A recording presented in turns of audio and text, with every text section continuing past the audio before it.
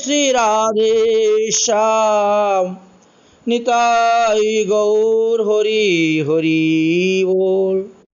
ওম নমো ভগবতে বাসুদেবায়। শ্রীমদ্ভাগবত মহাপুরাণম অষ্টম স্কন্দ নবম অধ্যায়। এই অধ্যায়েতে মোহিনী রূপের কথা বর্ণন করে গিয়েছেন। গতকালকে আমরা মোহিনী অবতার সম্পর্কে যৎকিঞ্চিত আলোচনা করেছিলাম, আস্বাদন করেছিলাম। আজ তার বিষয়বস্তু আর একটু বিস্তারিতভাবে আমরা আলোচনা করব। যখন ধন্বন্তরী রূপে ভগবান অমৃতের কলস নিয়ে উঠলেন, তখন অসুরদের মধ্যে হয়গ্রীব নামক যে দৈত্য ছিলেন, তিনি বলপূর্বক ধন্বন্তরীর নিকট থেকে অমৃতের কলস নিয়ে দৌড়তে শুরু করলেন এবং তিনিও সেই অমৃত পান করতে পারলেন না। তিনার কাঁধের থেকে আরেকজন নিয়ে গেল, তার কাঁধের থেকে আরেকজন নিয়ে গেল, এইভাবে কারাকারি শুরু হলো অমৃতের কলস নিয়ে। ইত্যবসরে ভগবান বিষ্ণু মোহিনী রূপ ধারণ করে রাস্তার মধ্যে দাঁড়াইলেন। দৈত্যগণ ভগবানের এই মোহিনী রূপ দর্শন করে তারা মোহিত হয়ে গেলেন। আহা, কি সুন্দর রমণী! মোহিনী তো মোহেরই স্বরূপ, তাই তারা আকৃষ্ট হয়ে গেলেন। যার ফলে তারা অমৃতের কলস হাতে নিয়েই সবাই মোহিনীর দিকে এক নজরে তাকিয়ে থাকলেন। চক্ষুরূপ ইন্দ্রিয় দ্বারা মোহিনীর রূপমাধুর্য তারা পান করতে শুরু করেছেন। তারা ভক্তিরূপী অমৃত পেলেন না, তাই বলছেন, যার মন শ্রীকৃষ্ণতে লেগে যায় সে অমৃত পায়, আর যার মন সংসারের মায়া নারীর প্রতি আসক্তি হয়ে যায় সে অমৃত পায় না। কামাতুরা দৈত্যগণ সকলেই মোহিনীকে ঘেরে দাঁড়াইলেন। জিজ্ঞাসা করিলেন, হে দেবী, তুমি কোথা হইতে আসিয়াছ? তোমার কি নাম? তোমার কোথায় গ্রাম? তোমার কি বিবাহ হইয়াছে? তুমি কার কন্যা? মনে হচ্ছে ব্রহ্মা আমাদের জন্যই তোমাকে পাঠিয়েছেন, তোমার দ্বারাই আমাদের মন প্রসন্ন হইবে। দেখো, আমরা সবাই কশ্যপ ঋষির পুত্র, কশ্যপ মুনির পুত্র সন্তান, কিন্তু আমরা একটা জিনিস নিয়ে আমাদের মধ্যে বাদ বিসংবাদ হয়েছে। যদি তুমি ন্যায় বিচার করে আমাদের এই সমস্যাটা সমাধান করে দিতে পারো তাহলে অতি উত্তম হয়। এই কথা শুনে মোহিনীরূপী ভগবান ঈষৎ হাসিয়া বলিলেন, আপনারা উত্তম কুলজাত সন্তান, ব্রাহ্মণ কুলে অবতীর্ণ হয়েছেন, কিন্তু আমার মতন পুংশ্চলী রমণীকে আপনাদের বিশ্বাস করা উচিত নয়। মিত্রতা করাও ঠিক হইবে না, কারণ শাস্ত্রে বলছে পুংশ্চলী স্ত্রী নতুন নতুন পুরুষকে তারা চায়, নতুন নতুন পুরুষেতে আসক্তি হয়।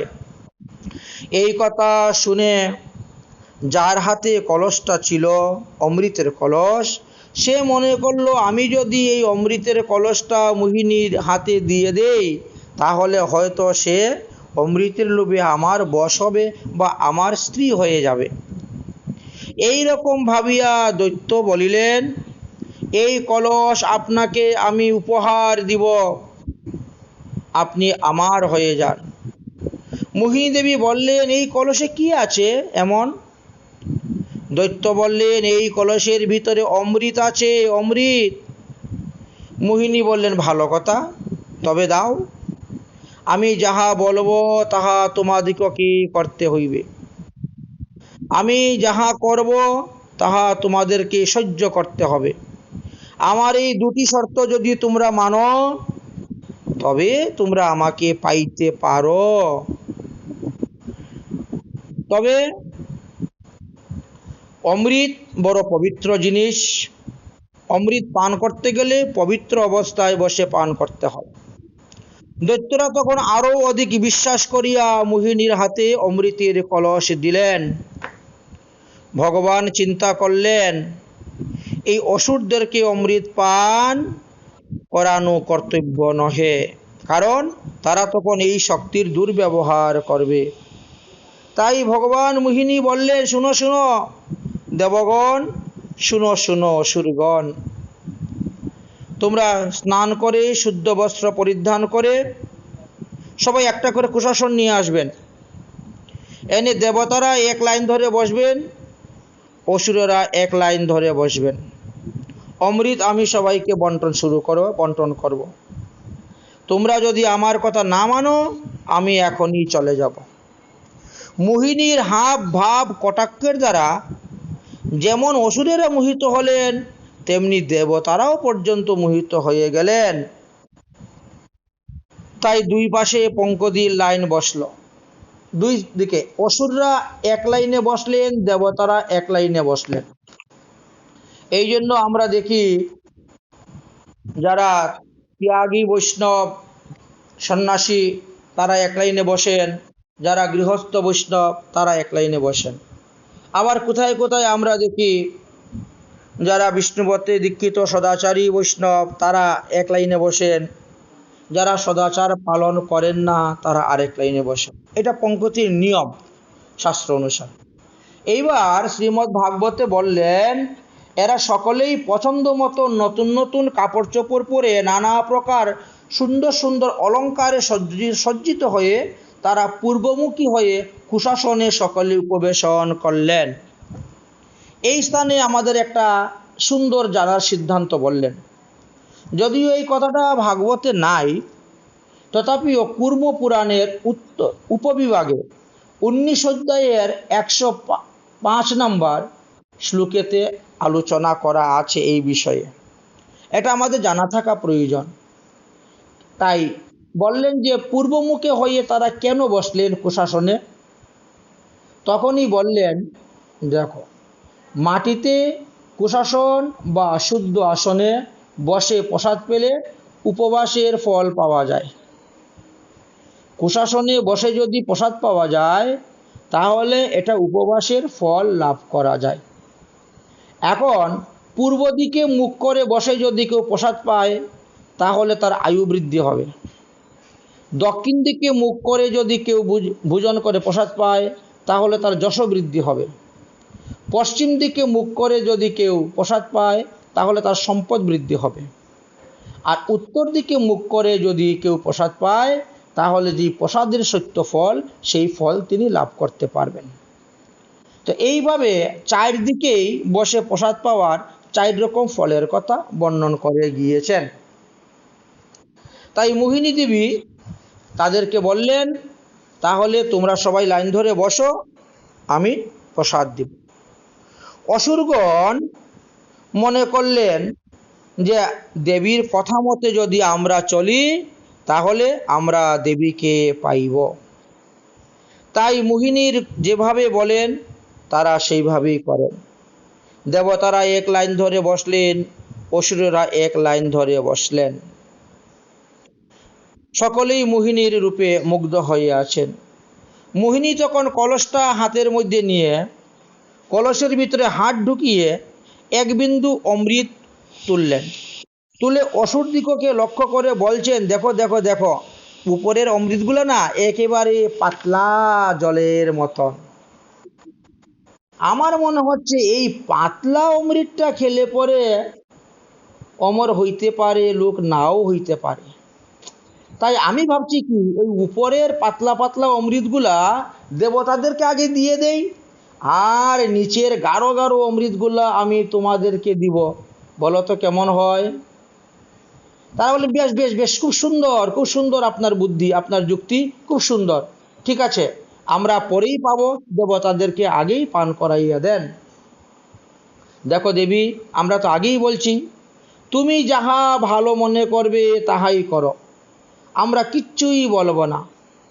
ভালো বিচারের জন্যই তো আমরা তোমাকে অমৃত বন্টনের ভার দিয়াছি।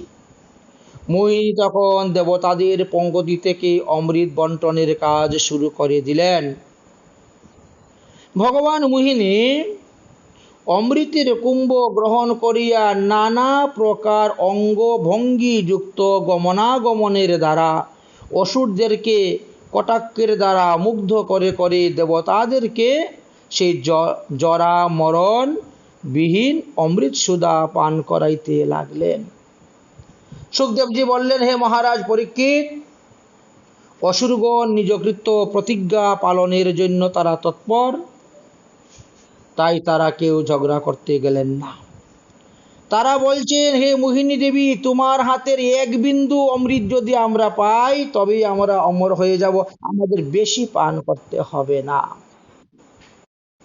তাই অসুরেরা কেউ মোহিনীর উপরে কোনো ক্রোধ নয়, কোনো প্রতিবাদ নয়, আর মোহিনী দেবীও অসুরদেরকে বঞ্চনা করে দেবতাদেরকে পান করিয়ে যাচ্ছেন।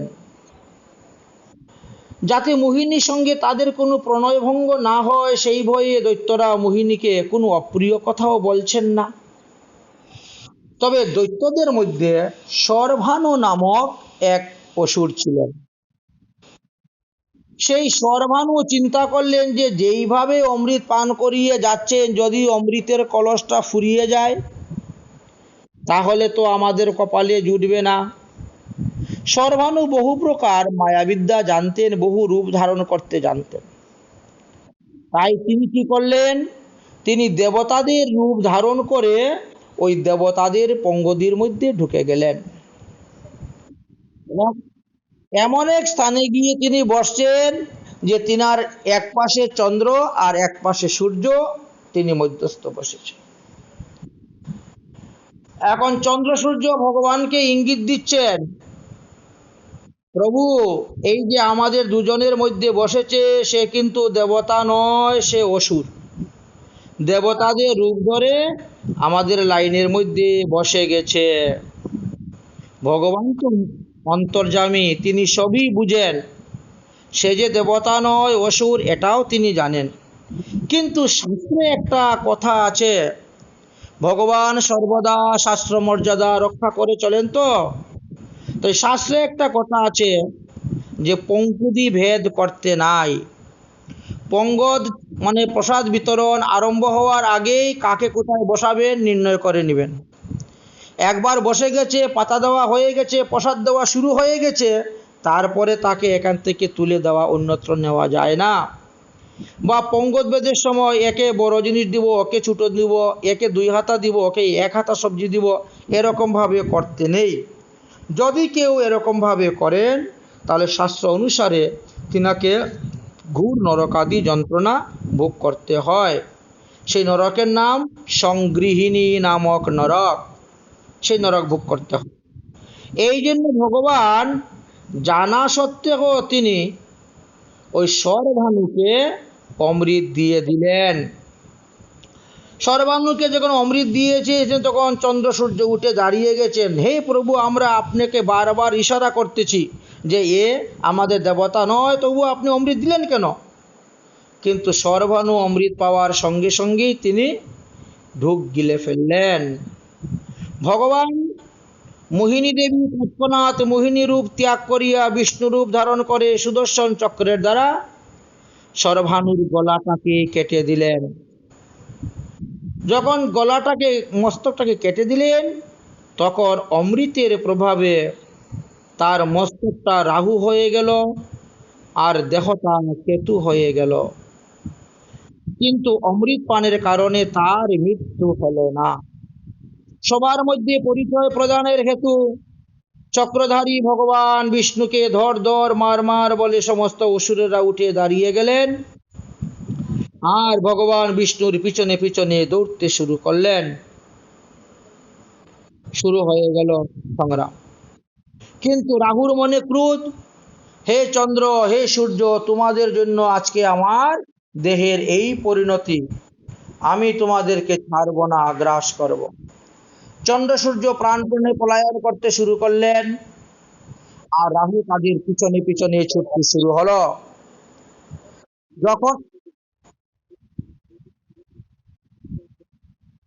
যখন দৈবক্রমে চন্দ্রকে পেয়ে যায় তখন তিনি গিলে ফেলেন চন্দ্রকে, বা রাহুকে যখন পান তখন তিনি এই সূর্যকে যখন পান তখন তিনি সূর্যকে গিলে ফেলেন। এই কারণে সূর্যগ্রহণ হয়ে থাকে বা চন্দ্রগ্রহণ হয়ে থাকে।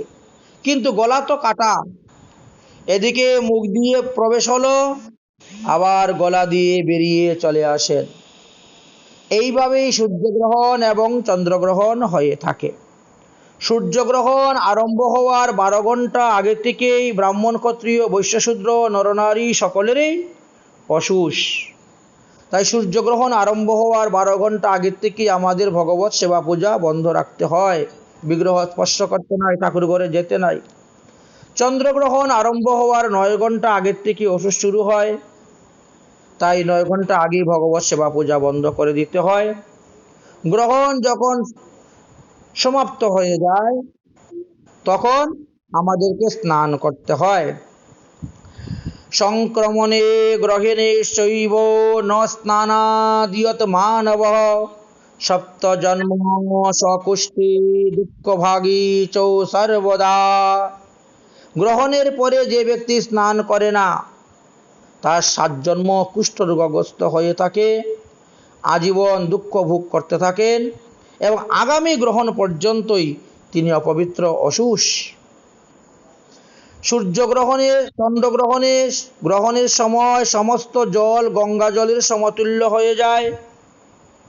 তাই সংকল্প করে যদি কেউ গঙ্গা স্নান করেন তাহলে গঙ্গা স্নানের ফল তিনি ঘরে বসেও সেই দিন পেয়ে যাবেন। গ্রহণ সমাপ্ত হওয়ার পরে উত্তিষ্ট গম্যতাম রাহু তেজ্যতাম চন্দ্র সঙ্গম অথবা সূর্য সঙ্গম, যখন যে গ্রহণ হবে সেটা বলবেন। কর্ম চন্দালা যুগঙ্কৌ কুরু পাপ ক্ষয়ং মম, এইভাবে মন্ত্র উচ্চারণ করে তারা স্নান করবেন। সুখদেব বললেন, হে মহারাজ পরীক্ষিত, দেবগণকে সমস্ত অমৃত পান করাইয়া ভগবান বিষ্ণু অসুরদের সম্মুখে মোহিনী রূপ ত্যাগ করিয়া যখন আসল রূপ ধারণ করে এই সরভানুকে বধ করে বৈকুণ্ঠে গমন করলেন, তাহা দেখিয়া দেবতারা চিৎকার করে বলিলেন, কপট বিষ্ণু শাড়ি পরে মোহিনী রূপ ধারণ করে এসে আমাদেরকে বঞ্চনা করেছে, তার একটুকু লজ্জা নেই, পুরুষ হয়ে শাড়ি পরে আসছিল। সমুদ্র মন্থন তো বন্ধ হয়ে গেল। অসুররা দুঃখ প্রকাশ করলেন, 14 বার 14টি রত্ন বাহির হইল, তার মধ্যে আমরা 2টি রত্ন পাইলাম, আর কিছু আমরা পেলাম না, অতএব আমরা এখন দেবতাদেরকে ছাড়ব না। এই বলে এখন দেবতাদের সঙ্গে তাদের যুদ্ধ শুরু হয়ে গেল। বিষয়া বিনয় বর্তেন নিরাহারস্ত দেহিন রসো বর্জৌ রসো পৈশ্যা প্রঙ্গদৃষ্টা নির্বিততে। তাই বলছেন, ইন্দ্রিয়ের দ্বারা বিষয় উপভোগ, এই অপ্রাকৃত সুখ, প্রকৃত জগতের সুখ লাভ করতে গিয়ে অমৃত থেকে তারা বঞ্চিত হয়ে গেল। ইন্দ্রিয় দ্বারা বিষয় গ্রহণে প্রবৃত্ত ব্যক্তি বিষয়কূপে পড়ে, বিষয়কূপ থেকে তারা নিবৃত্ত হইতে পারে না অতি সহজে। কিন্তু বিষয় তৃষ্ণা নিবৃত হলে পরে অমৃতের সন্ধান পাওয়া যায়। কিন্তু সেই পরম পুরুষকে দেখিয়া স্থিতপ্রজ্ঞ ব্যক্তিরা বিষয় বাসনা নিবৃত্তি হন, এই কথা আমরা জানতে পেরেছি বিভিন্ন শাস্ত্র অনুসারে। তাহলে এবার কি করা যায়? এবার তাদের মধ্যে শুরু হয়ে গেল যুদ্ধ। দৈত্যগণ যখন বিষ্ণুর এই চালাকিটা বুঝতে পারলেন, অমৃত থেকে বঞ্চনা হয়ে তারা তখন যুদ্ধ শুরু করলেন। নর্মদা নদীর তীরে সেই বিষম সংগ্রাম শুরু হলো। বিরোচন পুত্র দানবরাজ বলি সমস্ত অসুর সৈন্যদেরকে নিয়ে ঝাঁপিয়ে পড়লেন তিনি দেবতাদের উপর। ময় দানবকে সেই দিন যুদ্ধের সেনাপতি করলেন। বৈহাসক নামক রথে আরোহণ করে যুদ্ধ শুরু করলেন। সেই রথ কখনো অদৃশ্য কখনো দৃশ্য, কখনো আকাশে কখনো ভূমিতে। ময়দানবের তৈরি করা তো। বুদ্ধির অগম্য গতিতে সেই রথ চলাচল করে যুদ্ধ শুরু হলো। সেই যুদ্ধে অসুরগণ দেবগণকে জয়পূর্বক শঙ্খ বাজাইতে লাগিলেন।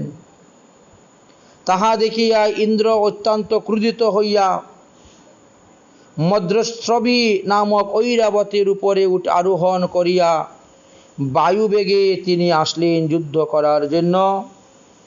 এবং তিনি বায়ু অস্ত্র, বরুণাস্ত্র, অগ্নিঅস্ত্র আদি দিব্য অস্ত্র নিয়ে যুদ্ধ করতে শুরু করলেন। দৈত্যরাজ বলি ইন্দ্রের সহিত যুদ্ধ আরম্ভ করলেন।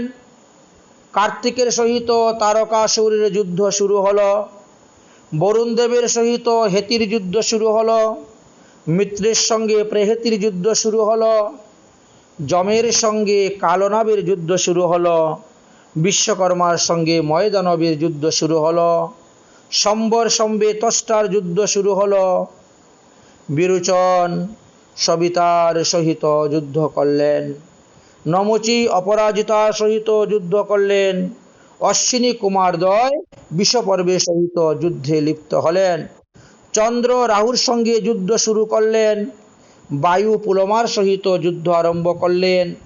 ভদ্রকালী ষণ্ডু নিষণ্ডু সহিত যুদ্ধ করলেন। বৃষকপি জিম্বাসুরের সহিত যুদ্ধ করলেন। বিভাবসু মহিষাসুরের সঙ্গে যুদ্ধ আরম্ভ করলেন। ইলবিল্লহ ও বাতাপির সঙ্গে ব্রহ্মার পুত্র বৈশিষ্ট্য যুদ্ধ শুরু করলেন। কামদেবের সহিত দুশ্মন যুদ্ধ শুরু করলেন এবং শুক্রাচার্যের সহিত বৃহস্পতি যুদ্ধ শুরু করলেন। নরকাসুরের সহিত শনিদেব যুদ্ধ শুরু করলেন। নিপাত কবচগণের সহিত ৪৯ মরুদ্গণ যুদ্ধ করতে লাগলেন।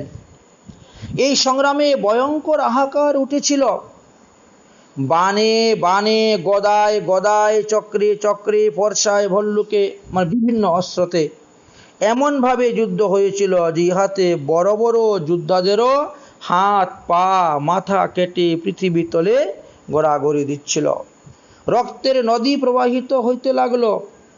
দৈত্যরাজ বলি ক্রুদ্ধ হইয়া ইন্দ্রকে 10টি বাণ মারলেন এবং ঐরাবতকে 3টি বাণ প্রয়োগ করলেন। একটি বাণে গজচালককে বিদ্ধ করলেন। তারপরে মায়াবী অসুরগণ বহুবিধ মায়া রচনা করে যুদ্ধ আরম্ভ করলেন। এমনভাবে মায়া করে যুদ্ধ করতে শুরু করলেন, দেবতারা পেরেই উঠতে পারছেন না। সমুদ্র উচ্ছলিত হয়ে উঠল। দেবতারা বেকুল হইয়া পড়লেন। ইন্দ্রাদি দেবগণ দৈত্য ময়দানবের নির্মিত সেই বিমানের সন্ধানই পাচ্ছেন না, তারা কেমন করে যুদ্ধে জয়লাভ করবেন। তখন তারা ভগবান বিষ্ণুর শরণাপন্ন হলেন। ভগবান গরুর বাহনে তখন সেখানে এসে উপস্থিত হলেন এবং অসুরগণের কপট মায়াকে বিনাশ করে দিলেন বৈষ্ণবী মায়ার দ্বারা। ভগবান স্মৃতি সম্পূর্ণ বিপত্তি নাশ হয়ে গেল। ভগবানকে দর্শন করিয়া দেবতাদের যেন শক্তি দ্বিগুণ হয়ে গেল। তারা দৈত্য সেনাদের সহিত যুদ্ধ করে দৈত্যদেরকে সংহার করতে লাগলেন। ইন্দ্র তখন বলিকে মারার জন্য বজ্র ছেড়ে দিলেন। তাতে রাজা বলি রথ হইতে ভূপতিত হয়ে মারা গেলেন। তখন বলির মিত্র জিম্ভ দৈত্য যুদ্ধ করতে আসলেন।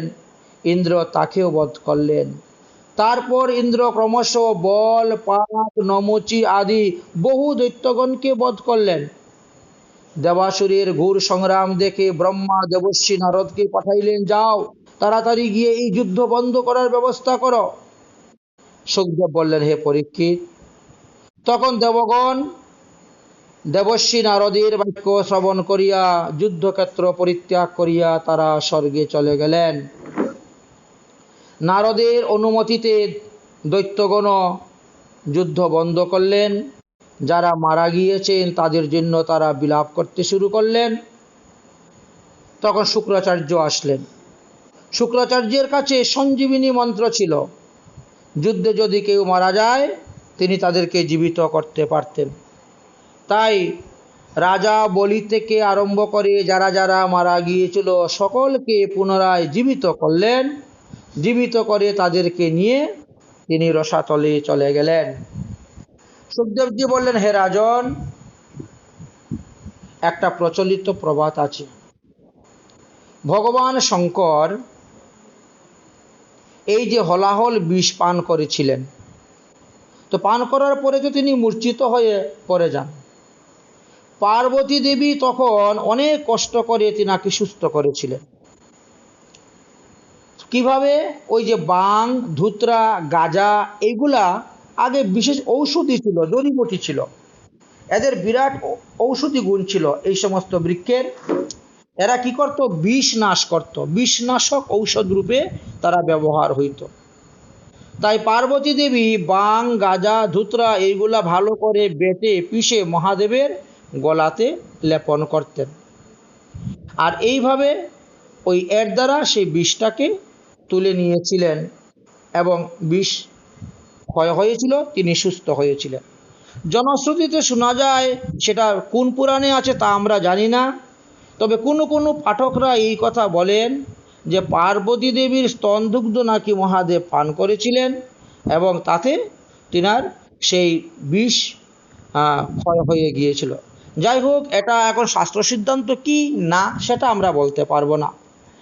এদিকে মহাদেব সুস্থ হওয়ার পর সমস্ত বৃক্ষগণ তারাই আসলেন, এসে মহাদেবকে বলছেন, প্রভু আপনাকে সুস্থ করতে গিয়ে আমরা অসুস্থ হয়ে পড়লাম, আমরা বিষযুক্ত হয়ে গেলাম, এখন বলুন তো আমরা কি করব।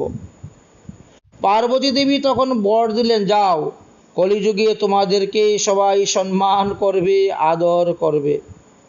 এই জন্য কলিযুগে বাং, ধুতরা, চরস, আফিং ইত্যাদি ড্রাগস ইত্যাদি খুব প্রচলিত।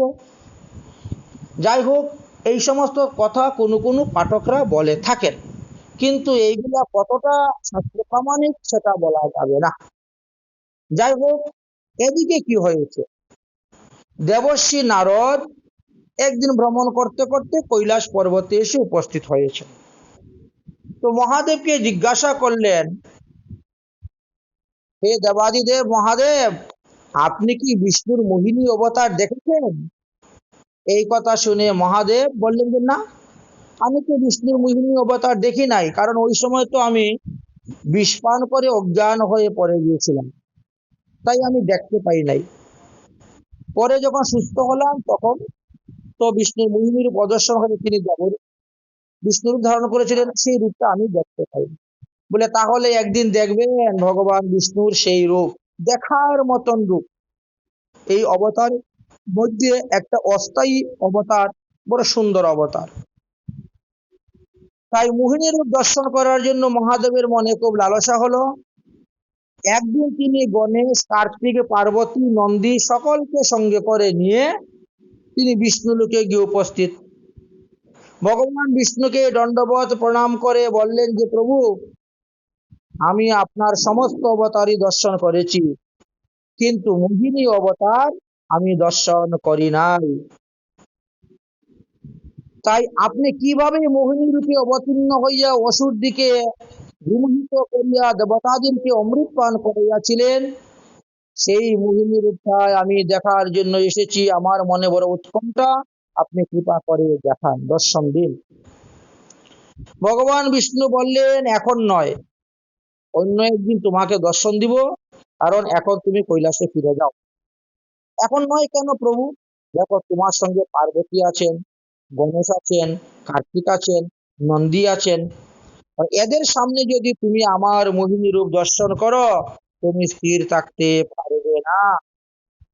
এই জন্য বলছি, অন্য সময় তোমাকে দেখাবো, অতএব তুমি গৃহে ফিরে যাও। মহাদেব বলছেন, আমি কামদেবকে পর্যন্ত ভস্ম করে দিয়েছিলাম, কাম তো আমাকে কিছুই করতে পারবে না। আমি মহাযোগী, আমার সমস্ত ইন্দ্রিয় যোগ সাধনার দ্বারা বশ করে নিয়েছি, আমার কিচ্ছু হবে না, আপনি আমাকে মোহিনী রূপ দর্শন করান। ভগবান বারবার নিষেধ করা সত্ত্বেও মহাদেব মানছেন না, আপনি মোহিনী রূপ দর্শন না দিলে আমি যাবই না। ভগবান বললেন, ঠিক আছে ঠিক আছে, তুমি এখন কৈলাসে যাও, আমি তো বলছি তোমাকে মোহিনী রূপ দেখাইব, যাও তুমি কৈলাসের দিকে যাও। মহাদেব তখন পার্বতী, নন্দী, গণেশ, কার্তিককে সঙ্গে করে নিয়ে বিষ্ণুলোক হইতে কৈলাসের দিকে রওনা হয়েছেন। এর মধ্যেই ভগবান বৈষ্ণবী মায়ার দ্বারা রাস্তার মধ্যে খুব সুন্দর একটা উদ্যান বানালেন, ফুলের বাগান, একটা ফুটবল খেলার মাঠ, খুব সুন্দর সবকিছু তৈরি করে নিয়েছে। ভগবান সুন্দর মোহিনী রূপ ধারণ করেছেন, যুবতী রমণী সেই মোহিনীর মতন রূপ ধারণ করে একটা বল হাতে নিয়ে তিনি খেলা শুরু করছেন। ওই ভলিবলের মতন হাত দিয়ে বলকে নিয়ে তিনি একা একা খেলতে শুরু করেছেন। মহাদেব যখন রওনা হয়েছে নন্দীর পিঠে হয়ে, তখন হঠাৎ তিনার নজর পড়ল সেই রমণীর দিকে, অর্থাৎ এই মোহিনী দেবীর দিকে। তিনি বুঝতে পারেন নাই যে ভগবান যে মোহিনী রূপ ধারণ করে আসেন, এটা তিনি বুঝতে পারেন নাই, কারণ ভগবানের বৈষ্ণবী মায়া এমনই। তাই বল খেলতেছেন, এই যে বলের উত্থান পতনে বিভিন্ন অঙ্গ দর্শন করতে করতে মহাদেব কামাতুর হয়ে পড়লেন। তিনি এক স্থানে দাঁড়িয়ে গেলেন, দাঁড়িয়ে নন্দীর পিঠের মধ্যে বসেই তিনি সেই কন্দুক খেলা দর্শন করতেছেন। খেলতে খেলতে খেলতে খেলতে হঠাৎ বলটা হাত থেকে পিছকে দূরে চলে গেছে। যখন মোহিনী এই বলটা ধরার জন্য লাফ দিয়েছেন, এমনি পরনের কাপড়টা খুলে গিয়েছে। পরনের কাপড় যখন খুলে গিয়েছে মোহিনীর, এমন সময় দমকা বাতাস এসেছে, বাতাসে কাপড়টা উড়িয়ে নিয়ে চলে গেছে। যার ফলে মোহিনীর অঙ্গ প্রত্যঙ্গ আদি দর্শন করে মহাদেব আর স্থির থাকতে পারলেন না। পাশে যে নন্দী আছেন, গণেশ কার্তিক আছেন বা পার্বতী আছেন, সেদিকে তিনার লক্ষ্য নেই। তিনি নন্দীর পিঠ থেকে নেমে সেই রমণীকে দর্শন করার জন্য, সেই বলটা ধরে এনে তাকে দেওয়ার জন্য তিনি ছুটলেন। অর্থাৎ দেহের কোনো আবেশই তখন তিনার নেই। মহাদেব এমনভাবে মোহিত হয়ে গেলেন যে পাশে যে পার্বতী আছেন, গণেশ আছেন, নন্দী আছেন, এটা তিনি ভুলেই গিয়েছেন। তিনি নিলজ্জ হইয়া এক দৃষ্টিতে সেই রমণীর দিকে তাকাইয়া রহিলেন। হঠাৎ ওই রমণীর হাত থেকে কন্দুকটা দূরে চলে গেল। তখন কন্দুকের পশ্চাৎ ধাবমান হইতে গিয়ে সেই রমণী দৈবাৎ বাতাসে সেই রমণীর পরনের কাপড়ও অপহরণ হয়ে গেল। অতিশয় বিবস্ত্রা দর্শন করে আর মহাদেব স্থির থাকতে পারলেন না।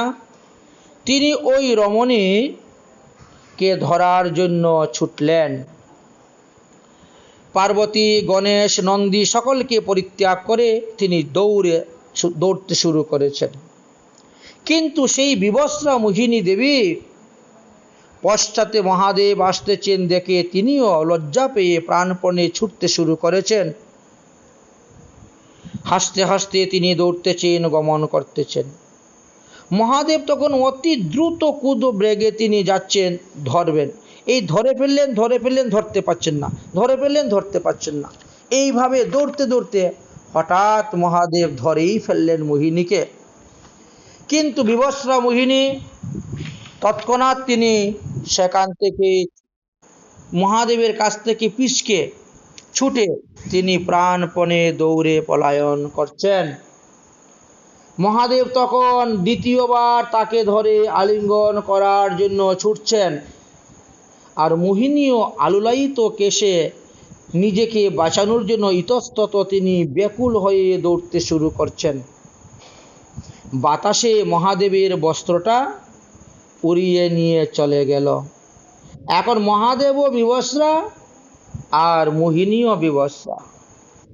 মহাদেব আর কাপড়টাকে ঠিক করতে পারলেন না।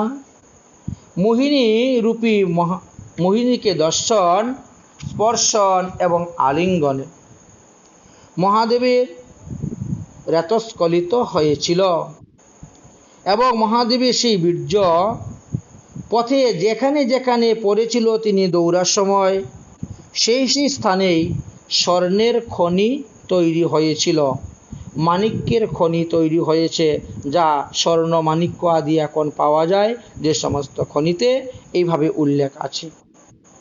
মহাদেব আবার বহু কষ্টে গিয়ে মোহিনীকে ধরে ফেলে আলিঙ্গন করলেন।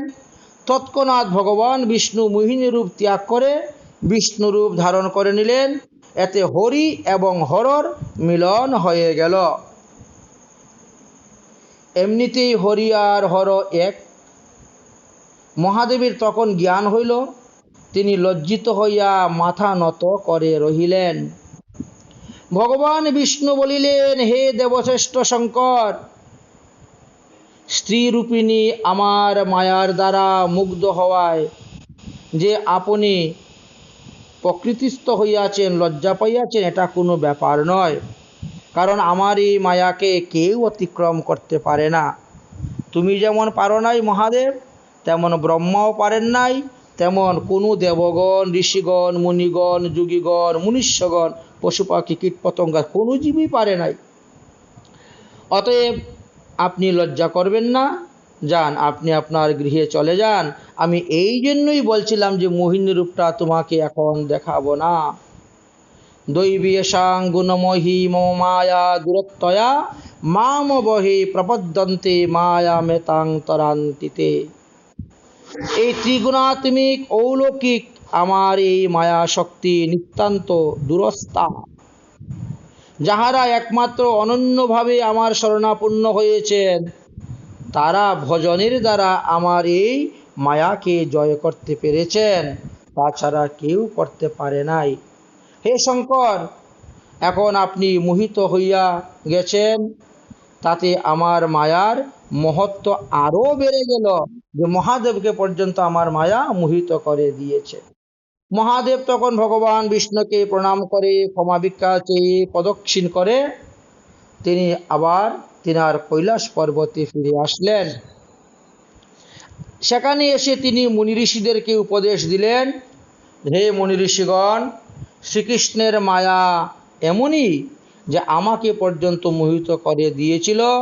অতএব তোমরা যদি এই মায়াকে জয় করতে চাও, তাহলে জিতেন্দ্রিয় হইয়া ভগবানের ভজন করো, ভগবানের চরণ আশ্রয় করো, তবেই মায়াকে জয় করতে পারবে।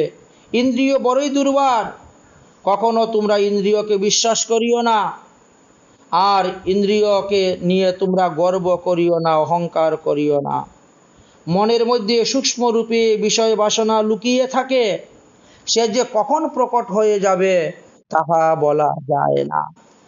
অতএব বড় বড় ঋষিগণ, মুনিগণ, তোমরা সাবধান, না হলে আমার মতন তোমাদেরও পতন হবে। তাহলে আমরা দেখতে পেলাম ভগবানের এই অবতারের স্বয়ং মহাদেব পর্যন্ত মোহিত হয়ে গেছেন, আর আমরা তো কলিযুগের মানুষ। এই যুগের মানুষের তো কামই হলো প্রধান খেলা। তাই সাবধান থাকতে হবে। শ্রীহরির স্মরণ আর শ্রীহরির সংকীর্তন করতে হবে, তবেই মানুষকে মোহিনী মোহ করতে পারবে না। মায়া ঈশ্বরকে বশীভূত করতে পারে না, ঈশ্বর মায়াকে বশীভূত করতে পারেন। তাই তো ভগবানের এক নাম হলো মায়াধীশ। জীব কিন্তু অবিদ্যার অর্থাৎ মায়ার বশীভূত, তাই জীব মায়ার অধীন। মায়া অনিবার্য হলেহ উহা ব্রহ্মার শক্তি বলেই বর্ণিত হইয়াছে। উক্ত শক্তি দ্বিবিধা, আবরণ শক্তি এবং বিক্ষেপ শক্তি। মায়ার আবরণ শক্তির ফলে জীব আপনাকে ব্রহ্ম হইতে ভিন্ন মনে করে, এবং বিক্ষেপ শক্তির ফলে জীব আমি কর্তা, আমি ভোক্তা ইত্যাদি মনে করিয়া থাকেন। তাই বলছেন, এই সংসার মোহ মায়া দূর কর।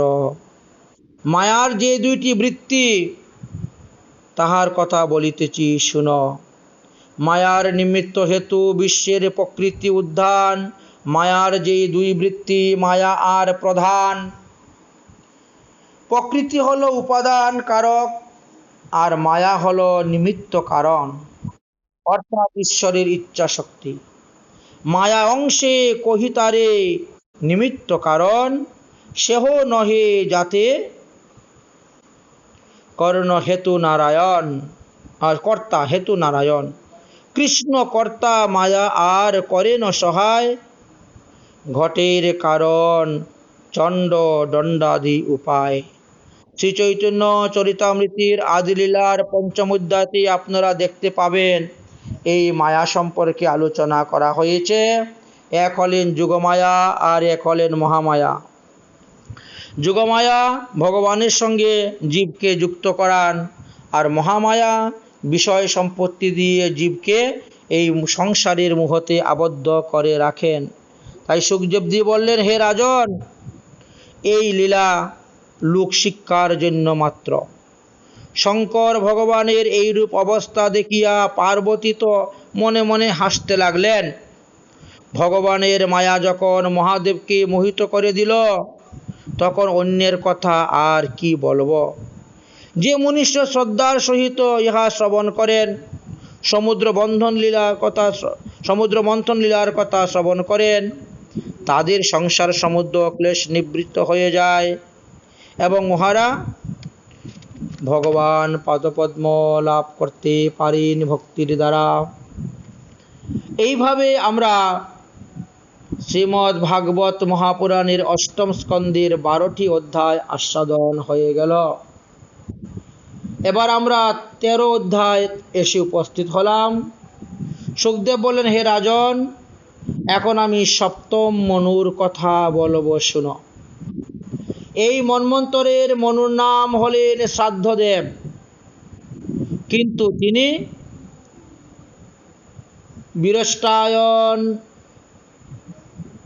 তিনি বিভীষণ নামক সূর্যের পুত্র বলিয়া তাকে বৈবস্বত মনু বলা হয়। বর্তমানে আমরা যে মনুর শাসনকালে চলতেছি, আমাদের এই মনুর নাম হলো বৈবস্বত মনু। এটা হলো সপ্তম মন্বন্তর।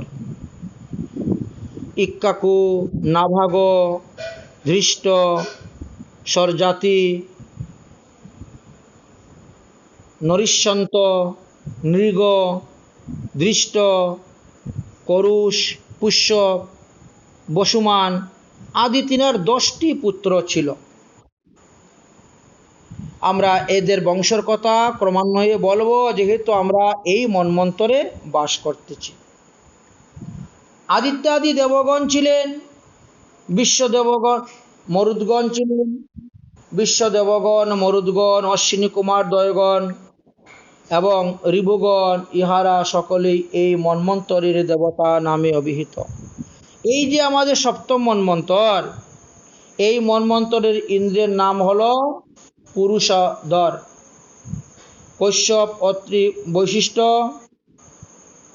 গৌতম, যমদগ্নি এবং ভরদ্বাজ, ইহারা এই মন্বন্তরের সপ্তঋষি বলিয়া খ্যাত। এখন শ্রাদ্ধদেবের জন্মকথা শুনো, আমি তোমাকে বলবো।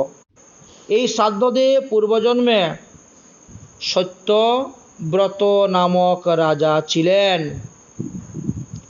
এবং এই কথা আমরা মৎস্য অবতার প্রসঙ্গে গিয়ে আলোচনা করব।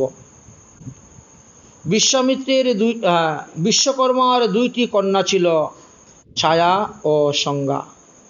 এই দুজনকেই সূর্যদেব বিবাহ করেন এবং সূর্যদেবের ঔরসে সংজ্ঞার গর্ভে যম আর যমুনা ও শ্রাদ্ধদেব জন্মগ্রহণ করেন। এই শ্রাদ্ধদেবই সপ্তম মনু হইবেন, অর্থাৎ সূর্যদেবের ঔরসে ছায়ার গর্ভে শার্বণী এবং শনি নামে 2টি পুত্র এবং তাপতী নামক একটি কন্যা সন্তান জন্মগ্রহণ করেন।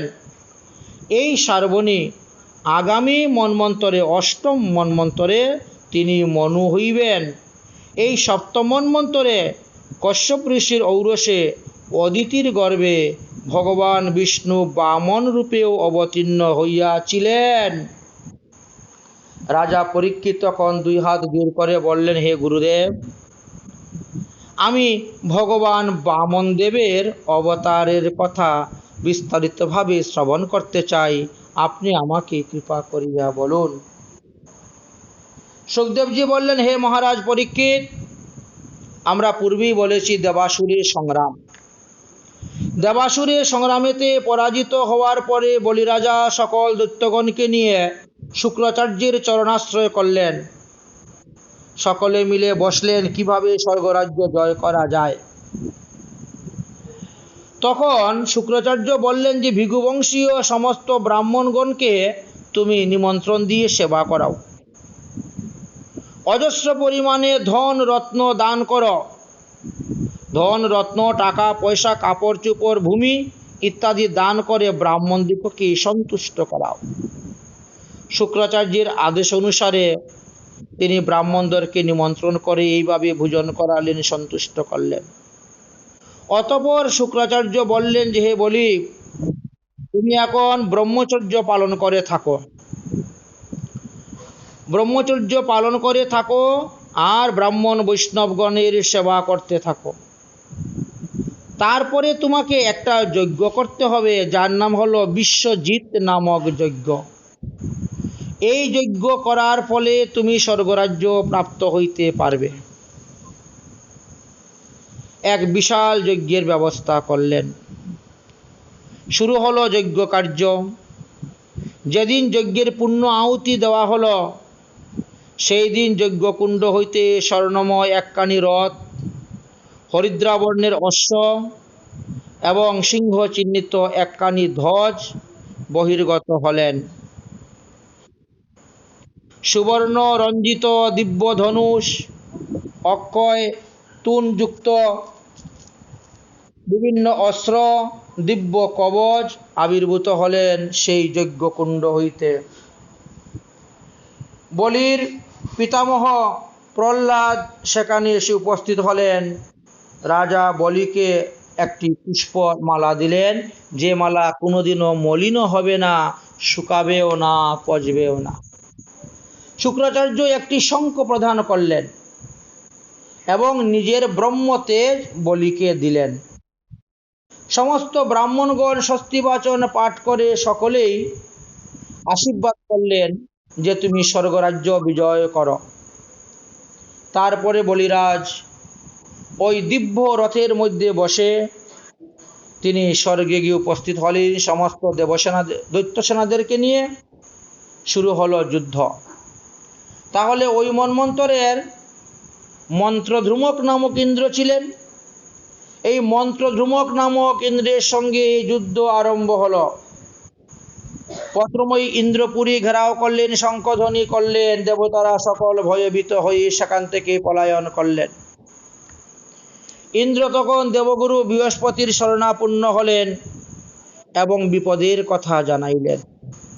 বৃহস্পতি বললেন, হে ইন্দ্র, এখন তোমাদের যুদ্ধ করার অনুকূল সময় নহে, কারণ শুক্রাচার্য ভৃগুবংশীয় ব্রাহ্মণগণের স্ব তেজ বলিরাজকে প্রদান করিয়াছেন। বলিরাজ এখন ব্রহ্মচর্য পালন করিয়া তিনি ভগবানের আরাধনা করিতেছেন, অতএব তাকে কেউ পরাজিত করতে পারবে না যুদ্ধে।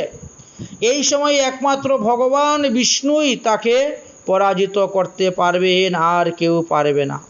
অতএব যতদিন পর্যন্ত সেই মুহূর্ত কাল না আসে ততদিন পর্যন্ত তোমরা চুপচাপ থাকো, তোমরা যুদ্ধ করতে যেও না। যাবৎকাল পর্যন্ত এই বলবান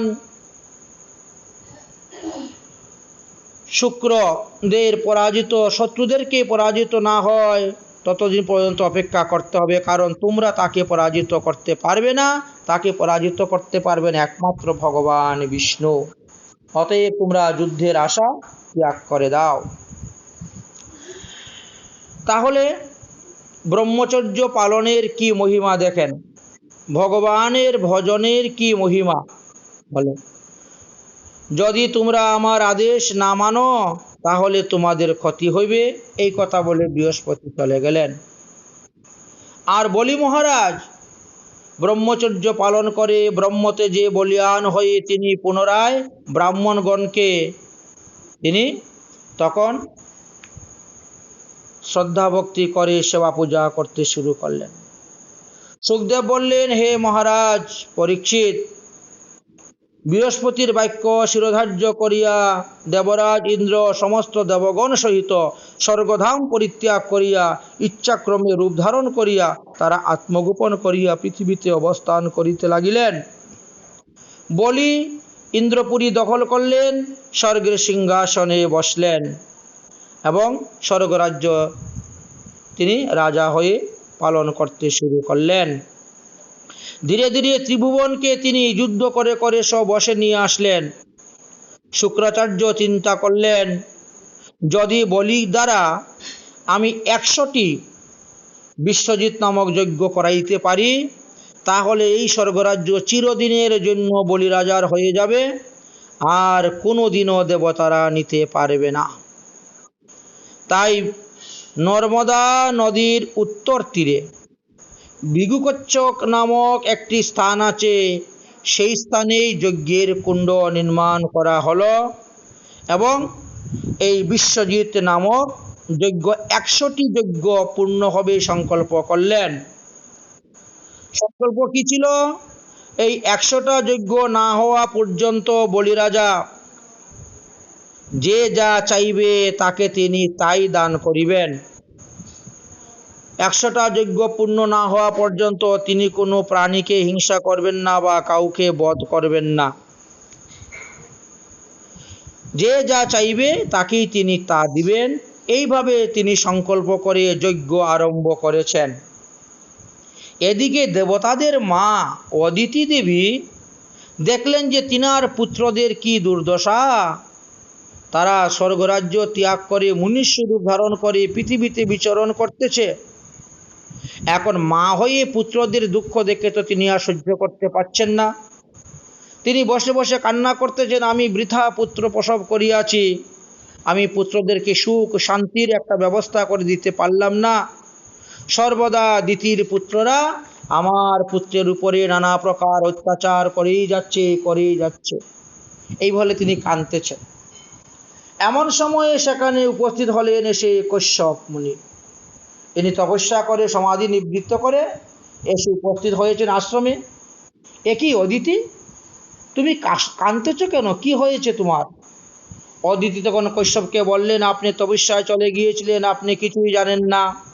আমার সতীনের পুত্রগণ আমার পুত্রদেরকে মেরে পিটে স্বর্গ থেকে ভাগিয়ে দিয়ে তারা স্বর্গরাজ্য দখল করে আছে। পত্নীর চিন্তাগ্রস্ত মুখ দেখিয়া কশ্যপ ঋষি বললেন, তুমি চিন্তা করিও না দেবী। যখন যার সময় আসবে প্রত্যেকের কর্মফল অনুসারে ভোগ করে। চিরদিন কারো সমানভাবে যায় না। সুখের পরে দুঃখ আসবে, দুঃখের পরে সুখ আসবে। তুমি এত উদাসীন হচ্ছ কেন? তোমার মুখ দেখে তো আমার বড় কষ্ট হচ্ছে দেবী। তোমার পুত্রগণ সকল কুশলে আছে তো? ইহা শুনিয়া অদিতি চোখের জল মুছতে মুছতে তিনি বললেন, কুশল আর কোথায়? দেবরূপ ত্যাগ করিয়া মনুষ্য রূপ ধারণ করে পৃথিবীতে ভ্রমণ করতেছেন, এদের কি সুখে আছেন? অতএব আপনি তো আমার স্বামী, আপনি আমাকে এমন একটি পুত্র সন্তান দেন যে পুত্র আমার সতীনের ছেলেদেরকে বধ না করে, ছলে কলে কৌশলে তাদের কাছ থেকে স্বর্গরাজ্যটা ছিনিয়ে নিয়ে এসে আমার পুত্র ইন্দ্রকে দান করে, মন্ত্রধূম নামক ইন্দ্রকে দান করবে। এইরকম একটা পুত্র সন্তান আপনি আমাকে দেন। কশ্যপ ঋষি বললেন, ভগবানের মায়া বড়ই প্রবল, সমস্ত জগৎ তার মায়ারূপ স্নেহের দ্বারা আবদ্ধ করে রেখে দিয়েছেন। কিন্তু দেবী, দৈত্যরা তো এখন ব্রহ্মচর্য পালন করে তারা যজ্ঞ করিতেছে, তারা ধর্মরূপী কবচ পরিয়া আছে। যারা ধর্মকে রক্ষা করে, ধর্ম তাদেরকে রক্ষা করে, কেউ তাদেরকে বধ করতে পারবে না। ধর্মনীতি যাদের মাথার উপর ছাতা, শিরশ্ছত্র, তাদেরকে কেউ মারতে পারে না। জীবের পাপই জীবকে মারে, ভগবান তাদেরকে মারেন না, তাদের পাপ তাদেরকে মারে। দৈত্যরা এখন পবিত্র জীবন যাপন করতেছে, তারা নিরামিষ ভোজন করতেছে, সদাচার পালন করতেছে, ব্রহ্মচর্য পালন করতেছে, আর তারা ভগবানের নামে যজ্ঞ আহুতি দিচ্ছে। তাদেরকে তো এই অবস্থায় ভগবানও মারতে পারবেন না, ভগবান বিষ্ণুও মারতে পারবেন না। অতএব এখন ভগবানের আরাধনা করাই তোমার কর্তব্য। সুতরাং তুমি যদি চাও যে মন্ত্রধূমক নামক ইন্দ্রকে বলিরাজার কাছ থেকে রাজ্য এনে দিতে, তাহলে সেই রকম তোমার একটি পুত্র সন্তান জন্ম দিতে হবে। তিনি বললেন, আমি রাজি, আপনি আমাকে বলুন, আপনি যে ব্রত বলবেন আমি সেই ব্রত করব, এবং সেই ব্রতের প্রভাবে আমি ভগবানকে পুত্ররূপে লাভ করব, আর সেই ভগবান আমার পুত্র হয়ে তিনি গিয়ে বলিরাজার কাছ থেকে রাজ্য ছিনিয়ে এনে আমার পুত্র মন্ত্রধূমকে দিবেন। আপনি এই ব্যবস্থা করুন, আমি এই সাধন করতে ইচ্ছুক। তখন কশ্যপ ঋষি বললেন, তাহলে আগামী ফাল্গুন মাসে শুক্লপক্ষের প্রতিপদ হইতে তোমাকে একটা ব্রত আরম্ভ করতে হবে, এবং দ্বাদশী পর্যন্তই এই ব্রত করতে হবে, অর্থাৎ 12 দিন তোমাকে একটা ব্রত করতে হবে। এই ব্রতের নাম হলো পয়ুব্রত। এই ব্রত আচরণ করিলে ভগবান বিষ্ণু পর্যন্ত তোমার পুত্ররূপে আসতে বাধ্য। এই একটা পুরস্চরণ মন্ত্রের মতন কাজ করবে। চম্বক যেমন লোহাকে আকর্ষণ করে নিয়ে আসে, ঠিক তেমনিভাবে তোমার ভক্তি ভগবানকে আকর্ষণ করে তোমার সামনে এসে দাঁড়া করিয়ে দিবেন, আর তখন তুমি ভগবানের কাছ থেকে এই বরটা চাইয়া নিতে পারবে। অতএব পারবে 12 দিন শুধু খালি দুগ্ধ পান করে এই ব্রত করতে? তিনি বললেন, হে, আমি অবশ্যই পারবো, আপনি আমাকে ব্রতের বিধান বলুন। তখন তিনি বললেন যে অমাবস্যা দিনে তুমি বন্যবরাহ দাঁতের মাটি আনতে হবে। বন্যবরাহর দাঁতের মাটি এনে সমস্ত শরীরে লেপন করতে হবে। মাটিটাকে ভিজিয়ে কাদা করে সমস্ত শরীরে লেপন করতে হবে। তারপরে শ্রুতবাহিনী নদী মানে গঙ্গা আদি নদীতে তুমি যাবে। তোমাকে আমি 9টা মন্ত্র বলবো, এই 9টি মন্ত্র তুমি উচ্চারণ করে তুমি স্নান করবে ও ডুব দিবে, আর এই গাটা শরীর ঘষবে। এই 9টি মন্ত্র ভাগবতের 8ম স্কন্ধের 16 অধ্যায়ের 27 নম্বর শ্লোক হইতে 35 নম্বর শ্লোক পর্যন্ত দেওয়া আছে। এই 9টি মন্ত্র উচ্চারণ করে তুমি স্নান করবে। তারপরে তুমি শুদ্ধ বস্ত্র পরিধান করে পাদ্য অর্ঘ্য আচমনির দ্বারা ভগবান বিষ্ণুর পূজা করবে। গন্ধ পুষ্প মাল্য ভূষণ ভূষণ আদি 16 উপচারে পূজা করে ভগবানকে দুগ্ধ ভোগ দিবে। ভগবানকে পঞ্চামৃত দিয়ে স্নান করাইয়ে পূজা করবে, ধূপদীপ আদি দেখাইবে, আর সেই চরণামৃত বা সেই দুগ্ধ পঞ্চামৃত তোমাকে পান করতে হবে, করে 12 দিন কাটাতে হবে। প্রতিদিন তোমাকে 12 অক্ষর মন্ত্র জপ করতে হবে। তুমি পারবে তো? বলে, হ্যাঁ, আমি পারবো। প্রতিদিন পঞ্চামৃত দিয়ে শালগ্রামকে স্নান করাতে হবে। শৈল্য ধান দিয়ে ঘৃত গুড় মিশ্রিত করে পায়াস তৈরি করে ভগবানকে নিবেদন করতে হবে। আর প্রতিদিন 108 বার অগ্নিতে আহুতি দিয়ে তোমাকে হোম যজ্ঞ করতে হবে। এইভাবে তোমাকে 12 দিন করতে হবে। এইভাবে যদি 12 দিন করতে পারো, তাহলে 12 দিনেই ভগবান প্রসন্ন হয়ে যাবেন এবং তোমার সম্মুখে এসে তিনি দাঁড়াবেন। তখন তুমি ভগবানের কাছ থেকে তুমি তোমার মনোমত বর তুমি চেয়ে নিতে পারবে। আর ভগবান সন্তুষ্ট হয়ে যখন তোমাকে বর দিয়ে দিবেন, তখন অনায়াসেই ওই বলিরাজার কাছ থেকে সেই রাজ্য এনে তখন মন্ত্রধূমক নামক তোমার পুত্রকে দিয়ে দিবেন। তোমার পুত্ররা চিরদিনের জন্য স্বর্গরাজ্য ভোগ করতে পারবে। অতএব তোমাকে এই পয়ুব্রত করতে হবে। ব্রতের নিয়মটা বলে দিলেন। তাহলে আগামীকাল আমরা আলোচনা করব যে এই ব্রত তিনি কিভাবে পালন করেছিলেন, ভগবান এসে কিভাবে উপস্থিত হয়েছিলেন, ভগবানের কাছ থেকে কি বর নিয়েছিলেন, এবং তিনার এই বরের প্রতিশ্রুতি রক্ষার জন্য ভগবান বামন রূপে এসে অবতীর্ণ হয়েছিলেন। তাই আগামী করল আমরা বামন অবতার এবং বলি মহারাজের যজ্ঞের মহিমার কথা আলোচনা করব। আজকের মতন ভাগবতী কথা এখানেই বিশ্রাম।